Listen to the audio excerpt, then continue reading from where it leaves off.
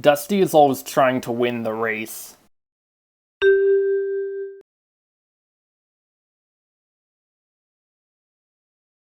There is no reason that the route has to include a stop in Iceland, especially since the characters are of a wide variety of nationalities, including every other stop on the route, but there are no Icelandic characters. They also don't need to stop in Iceland for fuel, since the next stop is in Germany, and the characters later fly directly from China to Mexico.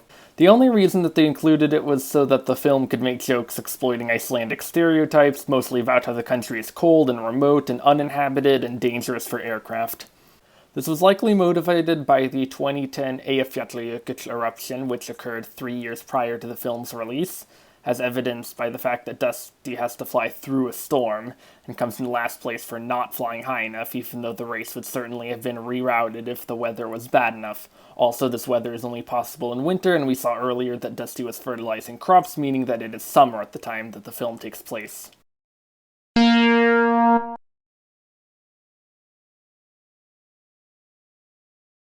There's a clear theme of if you help your friends, then they will help you in return that is only visible at the end.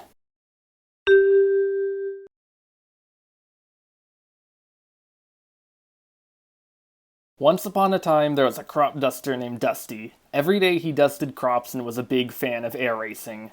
One day he qualifies for the Wings Around the World event. Because of that, he makes friends with many of the other competitors. Because of that, when he crashes into the ocean, his friends all give him new parts, until finally Dusty wins the race.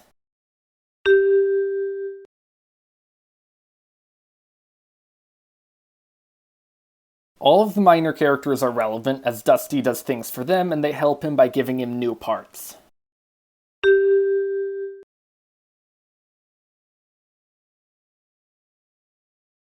Dusty has dreams of racing and he gets to be in a race.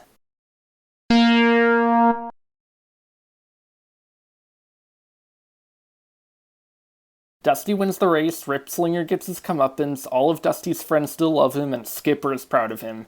Dusty didn't have to sacrifice anything to get these.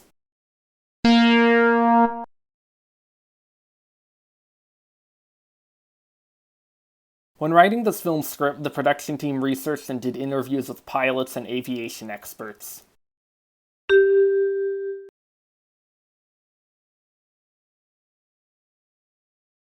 Dusty only wins because Ripslinger slowed down at the finish line for the cameras. This makes no sense since Ripslinger was never shown or implied to be that stupid in any previous scene.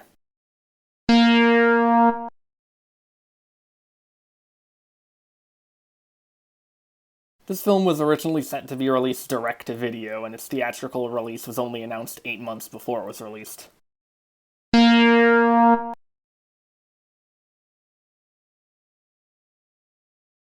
When the production team was writing this film, they intentionally rejected ideas that were similar to the first Cars movie.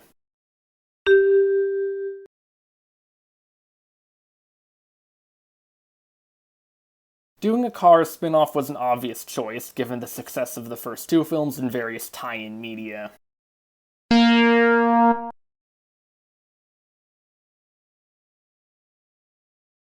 Dusty is always liked by all of the non-villain characters.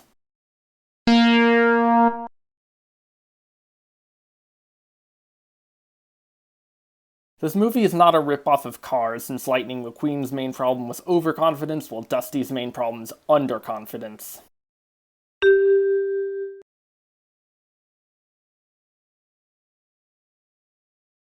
If I were Dusty, I would not be mad at Skipper for giving up or covering up his true experiences. I would have just learned what it feels like to do what Skipper did.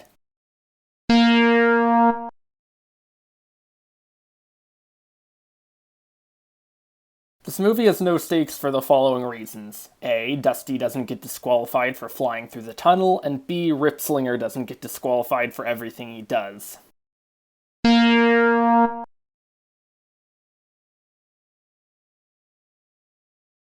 Although this film isn't a Pixar film, it was written by John Lasseter, who directed the first two Cars films.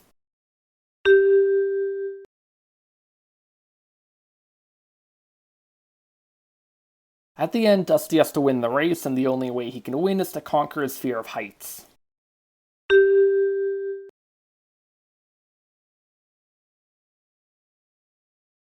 Dusty won the race entirely on his own accord. Winning the qualifying race on a technicality isn't a coincidence, since Dusty's 5th place score was completely illegitimate, and there were only 3 minutes between his apparent loss and finding out that he qualified.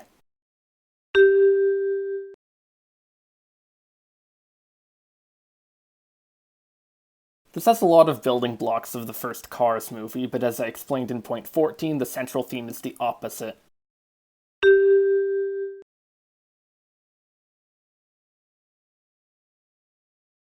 It is very unrealistic that Dusty is able to compete in the race due to his complete lack of racing background.